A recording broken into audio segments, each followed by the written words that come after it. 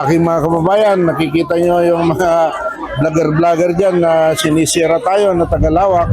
Makikita po ninyo at makikita nila na yung tulong ng gobyerno ng Lawak at Pamilya Balderas, tuloy-tuloy po yan.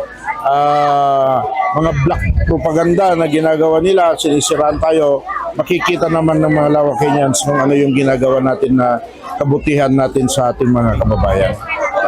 Siguro itong vlogger na ito, mayroon naman siyang pamilya dito sa Lawak. Actually, may pamilya siya dito na tumira din dito sa Lawak noon at alam din niya kung ano yung kalagayan o mukha o itsura ng Lawak noon bago ako umupo. Siguro hindi naman siya matalinong tao naman ito na isang media.